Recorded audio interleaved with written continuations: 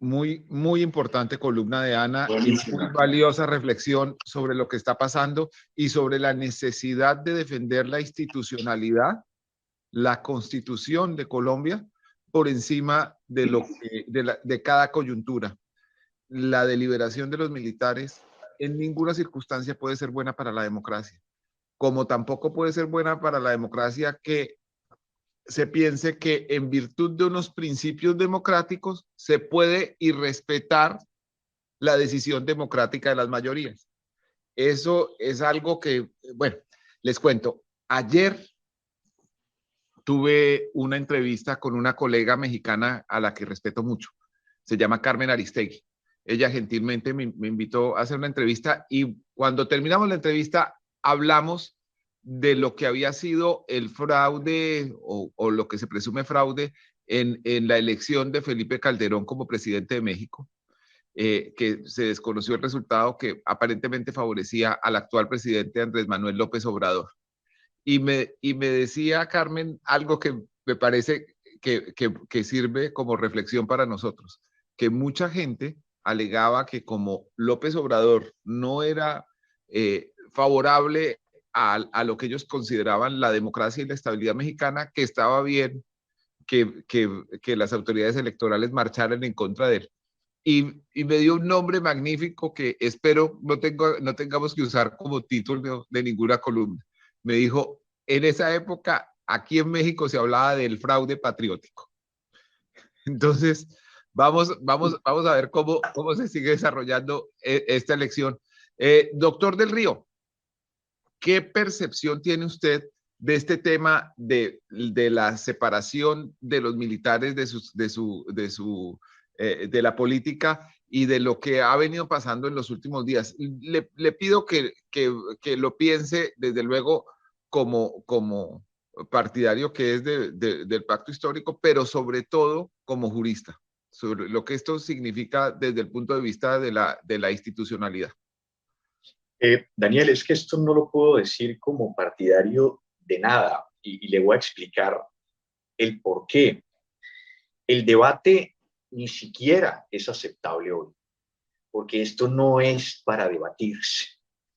Esto es para que exista alrededor del tema una unanimidad asfixiante de que esto es inaceptable constitucionalmente.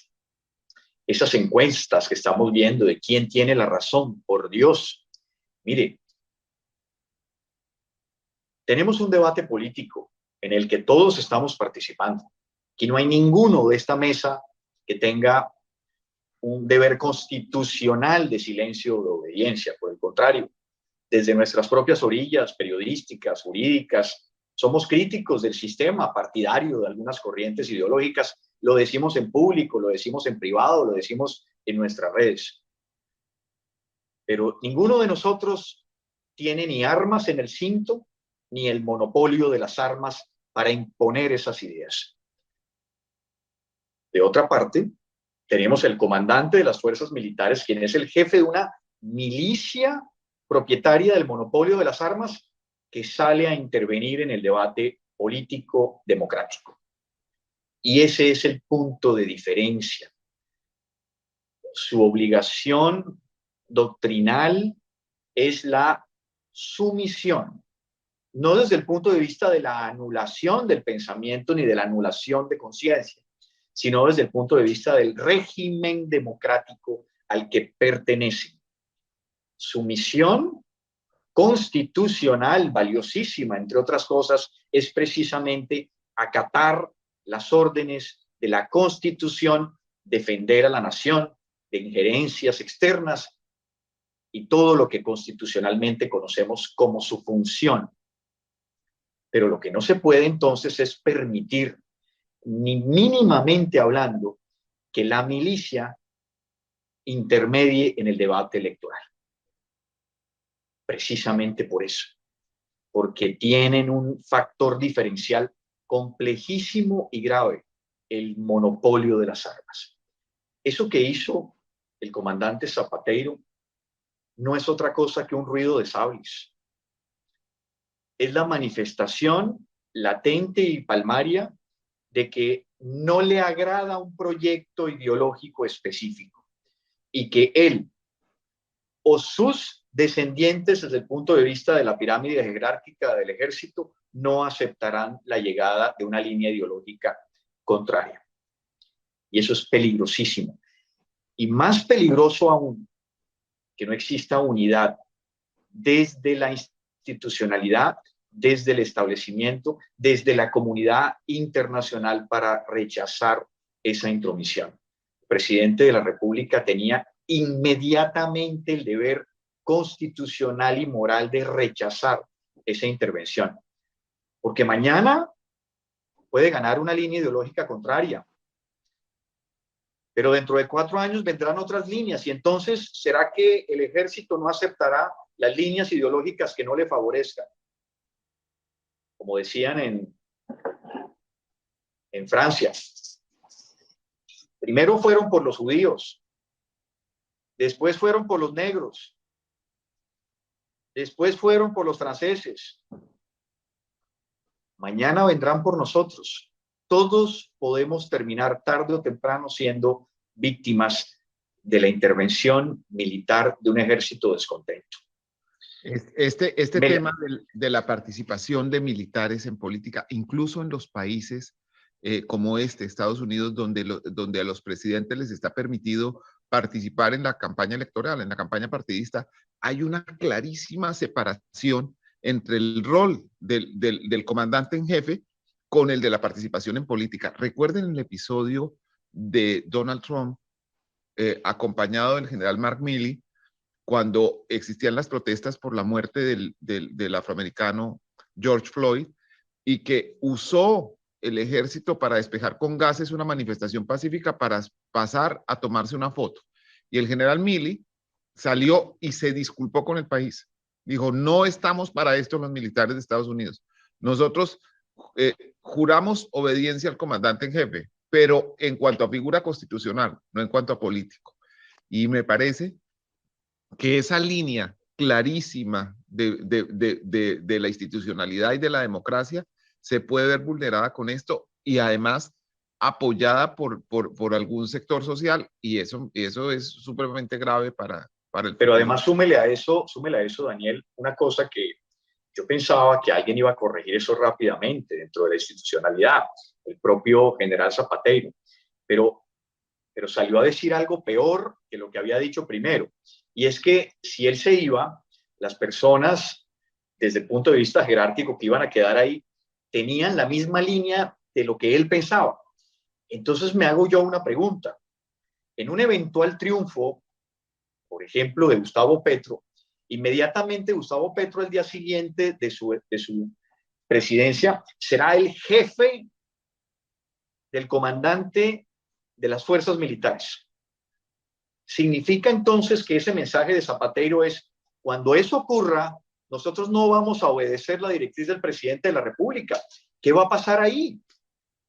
Entonces, nosotros necesitamos, así ideológicamente no compartamos la visión de un líder, necesitamos acompañar a la institucionalidad y no podemos permitir lo que pasa. Mire, yo creo que la única unidad que hemos tenido como nación es la crítica hacia el presidente Duque. El presidente Duque no ha hecho nada bien, nada bien. Ni sus ruidos ni sus silencios han generado resultados. Pero en este caso, ese silencio... Sí, por favor. Daniel, adelante. Sobre ese particular del presidente Duque, yo le atribuyo a él más responsabilidad que al general Zapatero. Pero él claro, es el comandante, él es el jefe del general Zapatero. Si falta claro el respeto a Zapatero a las instituciones, por eso le digo, lo procedente le digo, es decirle Daniel, que usted se va. Claro, por eso le digo, Daniel, que él tenía el deber constitucional y moral de salir inmediatamente a cerrar ese tema. Pero es que el otra cosa que anotó al respecto, el jefe de Estado tampoco ayuda. El presidente, pues digamos, ha tenido sucesivas intervenciones en contra de uno de los candidatos y en favor de otro. Entonces, pues eso digamos, es un pésimo ejemplo para todas las personas que dependen de su autoridad, también, que incluyen al señor comandante del ejército, el general Zapatero. Pero pensemos que la historia nos enseña muchas cosas. En 1972 subió como presidente de Uruguay el señor José María Bordaberry. Y en vez de oponerse al furor interno de las Fuerzas Armadas que querían apoderarse del poder, se sumó a ellos. ¿Qué fue lo que obtuvimos? Obtuvimos un presidente elegido popularmente que se convertía en dictador. Ese puente está en peligro de atravesarlo el presidente Duque. Es uno de los pocos puentes que no ha atravesado. No ha reaccionado ante esto. A mí me parece de una gravedad terrible. Es un preaviso de golpe de Estado. Y él, que es el jefe de todos, no se da por enterado, es más, respalda el preaviso. Así empezó Bordaberry. Y de eso siguieron unos largos años de una monstruosa dictadura en el Uruguay. Estoy completamente de acuerdo con esa posición de Daniel. Esto que hizo el general Zapatero es un aviso de golpe de Estado ante un eventual triunfo de Gustavo Petro. Y eso tiene que rechazarlo todo el mundo. Nos guste o no nos gusten las ideas de Gustavo Petro, eso hay que rechazarlo. Por mi parte, yo apoyo al candidato Gustavo Petro y no lo hago desde el punto de vista de la afinidad ideológica, lo hago desde el punto de vista de la objetividad jurídica, porque si quien ganara, tuviera posibilidad de ganar la presidencia fuera Sergio Fajardo, también lo haría. Porque si tuviera la posibilidad de ganarla, Rodolfo Hernández también lo haría. Porque ese es un tema de la institucionalidad y cómo nos protegemos como ciudadanos y cómo debemos estar sometidos precisamente a la Constitución. Lo que hace el presidente Duque, lo que hace el expresidente Álvaro Uribe es un desprecio a la ley. Entre otras cosas, esos mensajes de que le van a expropiar su honra. Es que voy a hacer un apunte entre cómico, trágico. No se le puede expropiar algo a Uribe Vélez que jamás ha tenido.